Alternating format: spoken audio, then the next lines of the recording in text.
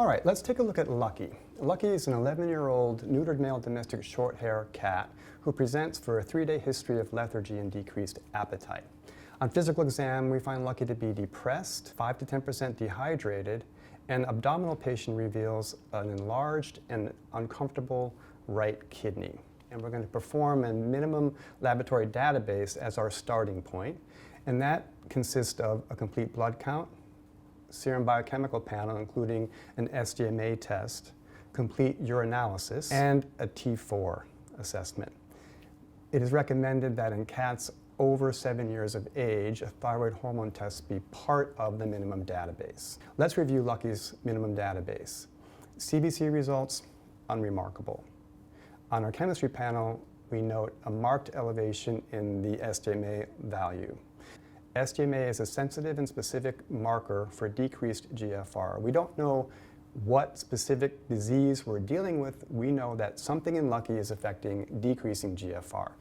In patients that have an elevated SDMA, a very useful tool in managing them and deciding what to do is the IDEXX SDMA diagnostic algorithm. And let's go through that with Lucky. So remember, Lucky's SDMA is 37, so greater than 20 micrograms per DL. The very next step when we have an elevation in SDMA is to get a complete urinalysis, if not already done.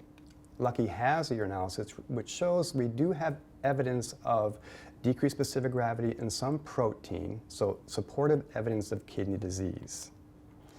And in this case, we want to act immediately. And to do that, we follow the IMM protocol, which stands for investigate, manage, and monitor. So investigate. We want to investigate potential reversible causes of the decrease in GFR. And that would include, in almost all cases, performing a urine culture and susceptibility test on a cystocentesis sample, getting abdominal imaging to assess kidney structure, and then in order to assess for potential causes of pre-renal azotemia, we want to be careful and accurate about assessing hydration status, cardiac status as well. Lucky's urine culture revealed no growth. Keep in mind that this does not eliminate the possibility of a urinary tract infection or pyelonephritis. Some of these animals will have infections in kidney tissue, urine in their kidney pelvis, which we don't recover when we culture urine that we obtain from the bladder. We do find on abdominal imaging that we have an enlarged right kidney with evidence of hydronephrosis caused by a ureteral calculi.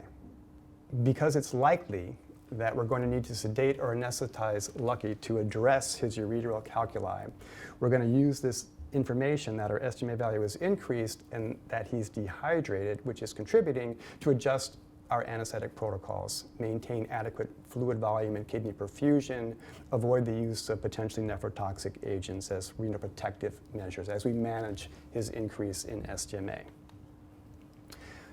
In addressing ureteral obstructions in dogs and cats, there are various options. In Lucky's case, we opted for placing a subcutaneous ureteral bypass catheter, which allows quick relief of the obstruction by allowing the urine from the kidney to bypass the blocked ureter and enter the bladder. After we relieve the obstruction, we want to monitor things going forward to determine if our therapy worked and if we have ongoing damage.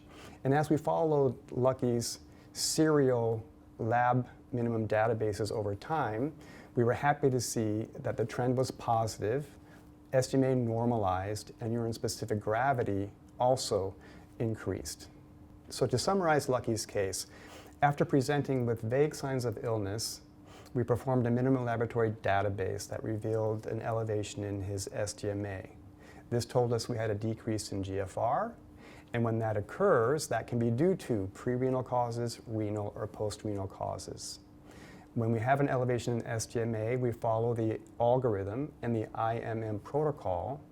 In investigating the cause of that SDMA, we discovered that not only was dehydration contributing to that increase, but that we had a ureteral obstructive calculi. Once that investigation revealed those findings, we went on to managing the problem, and that was done by placing a subcutaneous ureteral bypass catheter.